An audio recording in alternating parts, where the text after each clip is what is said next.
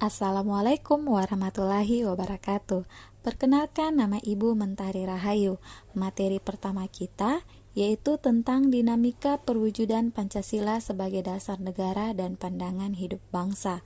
Poin pertama adalah penerapan Pancasila dari masa ke masa, di mana pada masa awal kemerdekaan tahun 1945 sampai 1959, masa Orde Lama tahun 1959 sampai 1966, masa Orde Baru dan masa Reformasi tahun 1998 sampai sekarang. Mari kita bahas satu persatu. Yang pertama, pada masa awal kemerdekaan tahun 1945 sampai tahun 1959. Pada periode ini, penerapan Pancasila sebagai dasar negara dan pandangan hidup menghadapi berbagai masalah. Ada upaya-upaya untuk mengganti Pancasila sebagai dasar negara dan penyimpangan terhadap nilai-nilai Pancasila. Upaya-upaya tersebut antara lain: 1. Pemberontakan Partai Komunis Indonesia atau biasa disebut sebagai PKI di Madiun pada tanggal 18 September 1945 yang dipimpin oleh Musso dengan tujuan mendirikan negara Soviet Indonesia yang berideologi komunis. Dengan kata lain, pemberontakan tersebut akan mengganti Pancasila dengan paham komunis. Yang kedua, pemberontakan Darul Islam atau Tentara Islam Indonesia yang dipimpin oleh Sekarmaji Marijan Kartosuwiryo. Pemberontakan ini ditandai dengan didirikannya Negara Islam Indonesia atau NII oleh Kartosuwiryo pada tanggal 7 Agustus 1945. Tujuannya yaitu untuk mengganti Pancasila sebagai dasar negara dengan syariat Islam. Akan tetapi, gerakan bertentangan dengan ajaran agama Islam yang sebenarnya. 3. Pemberontakan Republik Maluku Selatan atau RMS merupakan sebuah gerakan separatisme yang dipimpin oleh Christian Robert Stephen Soumokil pada tanggal 25 April tahun 1950 yang bertujuan untuk membentuk negara sendiri. 4. Pemerintahan Revolusioner Republik Indonesia atau PRRI atau Perjuangan Rakyat Semesta atau Premesta yang dipimpin oleh Sarifuddin Prawiranegara dan Venje Sumual pada tahun 1957 sampai 1958 di Sumatera dan Sulawesi. Gerakan ini merupakan bentuk koreksi untuk pemerintahan pusat pada saat itu yang dipimpin oleh Presiden Soekarno. Soekarno pada saat itu sudah tidak bisa lagi diberikan nasihat dalam menjalankan pemerintahan sehingga terjadi ketimpangan sosial. 5. APRA, Angkatan Perang Ratu Adil. Angkatan Perang Ratu Adil merupakan milisi yang didirikan oleh Kapten KNIL Raymond Westerling pada tanggal 15 Januari 1949. Westerling memandang dirinya sebagai sang Ratu Adil yang diramalkan akan membebaskan rakyat Indonesia dari tirani.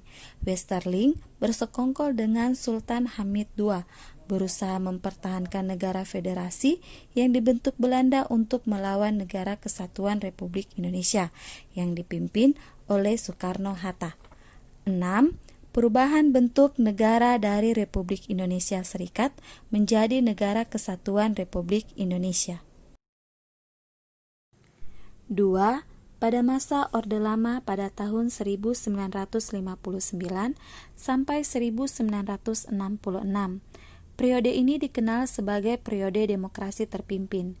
Demokrasi terpimpin merupakan sebuah sistem demokrasi yang seluruh keputusan dan pemikiran dalam pemerintahan negara berpusat pada pimpinan negara. Pimpinan negara saat itu adalah Presiden Soekarno. Demokrasi terpimpin dicetuskan oleh Presiden Soekarno karena banyaknya gerakan separatis yang menyebabkan ketidakstabilan negara, tersendatnya pembangunan ekonomi, karena sering terjadinya pergantian kabinet, sehingga program pembangunan yang dirancang oleh kabinet tidak berjalan secara utuh, serta badan konstituante yang gagal menjalankan tugasnya untuk menyusun Undang-Undang Dasar. Oleh karena itu, Presiden Soekarno mengeluarkan Dekret Presiden pada tanggal 5 Juli 1959. 3. Pada masa Orde Baru.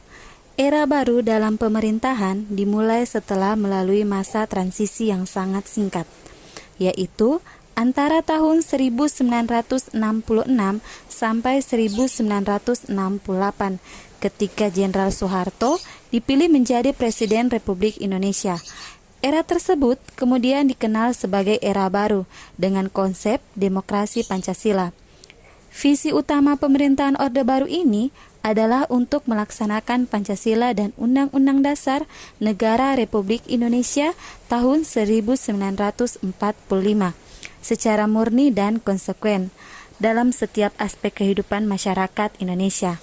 Dengan visi tersebut, Orde Baru memberikan secerca harapan bagi rakyat Indonesia, terutama yang berkaitan dengan perubahan-perubahan politik dari yang bersifat otoriter pada masa demokrasi terpimpin di bawah Presiden Soekarno menjadi lebih demokratis. 4. Masa reformasi tahun 1998 sampai sekarang. Pada masa reformasi, penerapan Pancasila sebagai dasar negara terus menghadapi berbagai tantangan. Penerapan Pancasila tidak lagi dihadapkan pada ancaman pemberontakan-pemberontakan yang ingin mengganti Pancasila dengan ideologi lain. Akan tetapi, lebih dihadapkan pada kondisi kehidupan masyarakat yang diwarnai oleh kehidupan yang serba bebas. Kebebasan yang mewarnai kehidupan masyarakat Indonesia saat ini meliputi berbagai macam bentuk, mulai dari kebebasan berbicara, berorganisasi, berekspresi, dan sebagainya.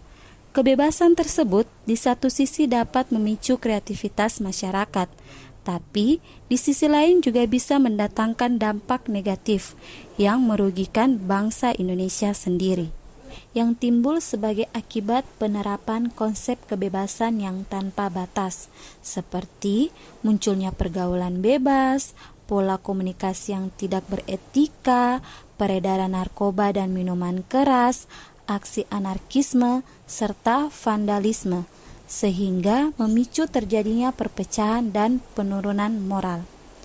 Tantangan lain dalam penerapan Pancasila di era reformasi adalah menurunnya rasa persatuan dan kesatuan di antara sesama warga bangsa saat ini. Hal ini ditandai dengan adanya konflik di berbagai daerah, tawuran antar pelajar, serta tindakan kekerasan yang dijadikan sebagai alat untuk menyelesaikan permasalahan. Peristiwa-peristiwa tersebut dapat menimbulkan konflik antar warga dalam kehidupan bermasyarakat, seolah-olah wawasan kebangsaan yang dilandasi oleh nilai-nilai Pancasila yang lebih mengutamakan kerukunan telah berkurang dari kehidupan masyarakat Indonesia. Baiklah anak-anak, sekian materi pertama kita pada poin yang pertama tentang penerapan Pancasila dari masa ke masa. Untuk minggu depan, kita akan lanjut pada poin yang kedua tentang dinamika nilai-nilai Pancasila sesuai dengan perkembangan zaman. Ingat, tetap gunakan masker saat keluar rumah, jaga kesehatan dan jaga kebersihan. Wassalamualaikum warahmatullahi wabarakatuh.